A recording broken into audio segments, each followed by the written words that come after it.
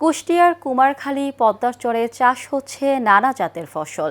ধান, গম, ভুট্টা, সরিষা সহ নানা ধরনের সবজি আবাদ হচ্ছে এসব চরে। কিন্তু ফসল বিক্রি নিয়ে দুশ্চিন্তায় পড়ছেন তারা।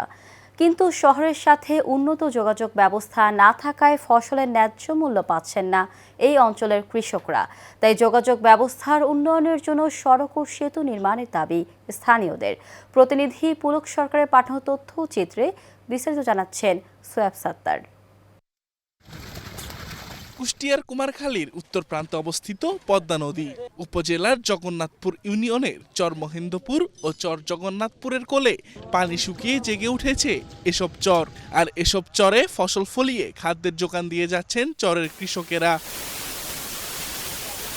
শুধু ফসল নয়, গবাদি পশুরও চাহিদার বড় একটি যোগান মেটাচ্ছেন চরের বাসিন্দারা।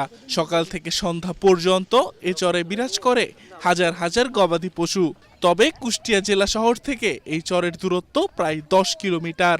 চরের বাসিন্দাদের অভিযোগ, দুর্গম যোগাযোগ ব্যবস্থার কারণে উৎপাদিত ফসলের ন্যায্য মূল্য থেকে বঞ্চিত হচ্ছেন তারা।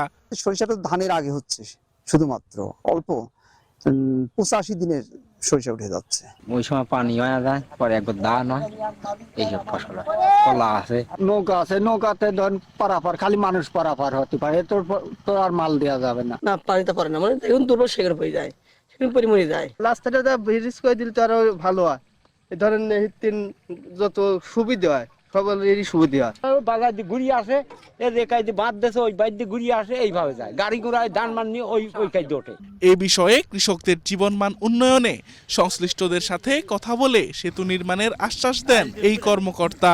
কৃষকদের যাতায়াতের জন্য কখনো কোনো কৃষক আমাদের কাছে এই ধরনের অভিযোগ করেন নাই। যদি এই ধরনের সমস্যা হয়ে থাকে তাহলে আমরা আমাদের যে উপজেলা প্রশাসন বা সংশ্লিষ্ট যে দপ্তর আছে তাদের সাথে কথা বলে আসলে বিষয়টা কিভাবে সমাধান করা যায় সেই বিষয়টা নিয়ে আমরা চেষ্টা করব।